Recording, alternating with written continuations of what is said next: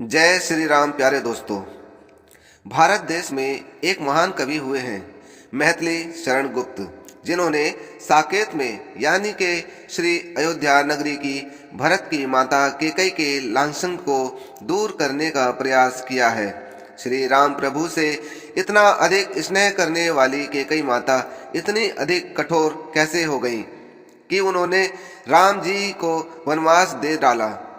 क्या सच में पुत्र प्रेम के स्वार्थवश ऐसे दो वरदान मांग बैठी कि उनके जीवन को ही कलंकित कर दिया? क्या पूरा संसार सदैव कैकेयी के उसी रूप से परिचित रहेगा? क्या वे तथ्य अब सामने नहीं आने चाहिए कि जिनके कारण कैकेयी माता को कलंकित होना पड़ा?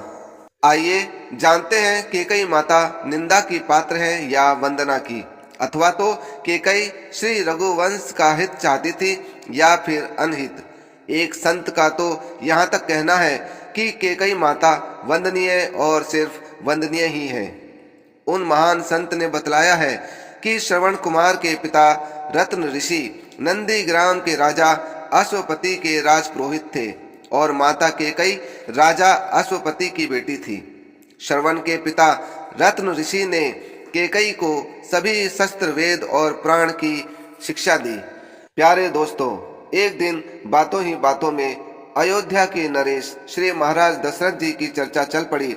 रत्न ऋषि ने कैकेयी को बतलाया कि महाराज दशरथ की कोई भी संतान अयोध्या की राजगद्दी पर नहीं बैठ पाएगी, और साथ ही साथ ज्योतिष गणना के आधार पर यह भी बतलाया कि महाराज दशरथ की मृत्यु के पश्चात यदि 14 वर्ष के दौरान कोई संतान अयोध्या की गद्दी पर बैठ भी गई तो रघुवंश का पूर्णतः नाश हो जाएगा। श्रवण के पिता की इस बात को कैकेयी ने पूरी तरह हृदयंगम कर लिया और राजा दशरथ से विवाह करने के बाद भी कैकेयी के मन में यह बात पूरी तरह समाई हुई थी। चलिए प्यारे दोस्तों, अब महाराज दशरथ के साथ कैकेयी के विवाह के प्रसंग पर आते हैं। जब अवध के नरेश महाराज दशरथ ने कैकेयी के सौंदर्य और अलौकिक ज्ञान और गुणवत्ता की चर्चा सुनी तो कैकेयी राज के पास जाकर खुद ही कैकेयी के साथ विवाह करने की इच्छा व्यक्त करते हुए प्रस्ताव भेज दिया, परंतु कैकेयी के पिता कैकेयी राज ने प्रस्ताव को स्वीकार कर लिया, लेकिन एक शर्त के साथ। कैकेयी राज ने शर्त यह रखी कि महाराज, आप मुझे यह वचन दीजिए कि मेरी कन्या कैकेयी से जो पुत्र होगा उसी को आपका राज्य मिलेगा। लेकिन प्यारे दोस्तों, सूर्य वंश की परंपरा तो यह थी कि ज्येष्ठ पुत्र ही राजा बनाया जाता है।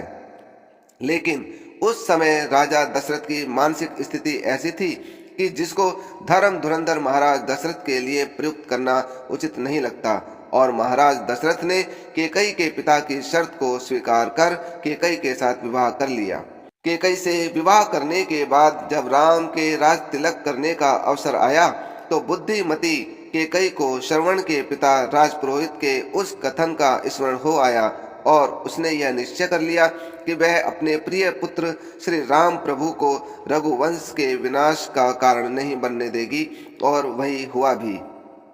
श्री राम प्रभु के वन गमन के पश्चात भी कैकेयी माता भरत के लिए भी यही चाहती थी कि वह अयोध्या के राज सिंहासन पर बैठकर राज्य का संचालन ना करे, और यही हुआ भी। कैकेयी पुत्र भरत ने अयोध्या का राज कार्य तो संभाला, परंतु राज सिंहासन धारण न कर केवल सिंहासन पर अपने बड़े भाई श्री राम जी की चरण पादुका स्थापित कर राज्य का शासन कुशासन यानी के घास के आसन पर बैठकर संचालित किया। कैकेयी पुत्र भरत ने कुशासन पर बैठकर अयोध्या नगरी को सुशासन दिया। संत श्री का मानना है कि श्री राम की 14 साल की वनवास की अवधि में अयोध्या में एक भी मौत नहीं हुई। इतनी ज्ञानवान और गुणवान और राम जी को भरत से भी अधिक प्रेम करने वाली माता कैकेयी कुटिल मंथरा के बहकावे में कैसे आ गई? संत श्री का कहना था कि आप श्री रामचरितमानस का गंभीरता के साथ अध्ययन करें। मानस का सिर्फ पारायण ही पर्याप्त नहीं है। मंथरा की कुटिल बातें सुनकर कैकेयी ने क्या कुछ नहीं कहा। पुनि अस कबहू कहसी घर फोरी, तब धरी जीव कढ़ावहु तोरी।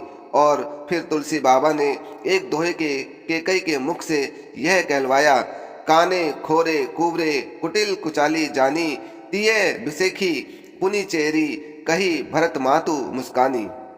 इसके अलावा केकई के चरित्र के संदर्भ में कोई राय देने से पहले देवताओं और सरस्वती की भूमिका पर भी तो विचार किया जाना चाहिए। यह प्रसंग श्री रामायण का थोड़ा भी ज्ञान रखने वाले सबको ज्ञात है, इसलिए दोहराने की आवश्यकता नहीं है। ऐसी परिस्थिति से घिर कर ही तो केकई माता को ऐसे दो वरदान मांगने पड़े जिनके चलते वह हर काल और युग में एक कलंकनी के रूप में ही परिभाषित होती रही है।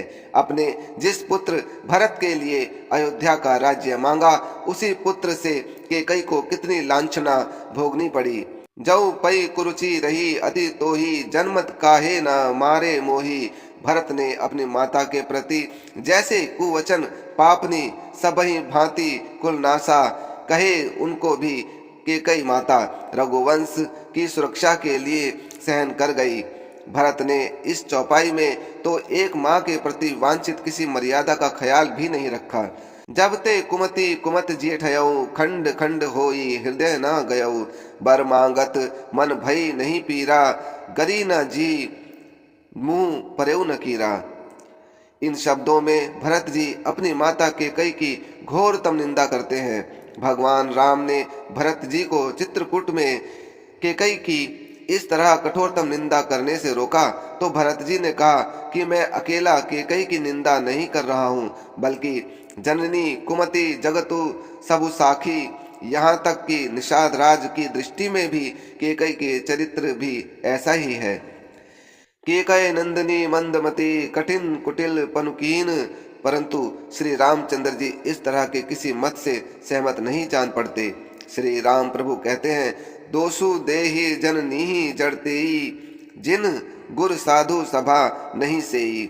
श्री राम चरितमानस का गहन अध्ययन करने पर यही कहना पड़ता है कि माता केकई निंदनीय है या वंदनीय, इस पर मंतव्य देना कोई आसान काम नहीं है, क्योंकि केकई की प्रशंसा करने वाला तुलसी बाबा का पात्र इतना महान है कि अनुचित नहीं माना जा सकता, और वह पात्र है मानस का महानायक प्रभु राम। दूसरी ओर केकई की निंदा करने वाले हैं भरत, और उनका चरित्र भी इस तरह चित्रित किया गया है कि हम यह नहीं कह सकते कि वे गलत हैं।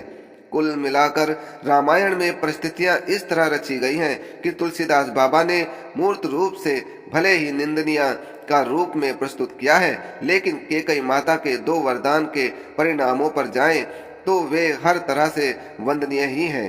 जय श्री राम, जय जय श्री राम।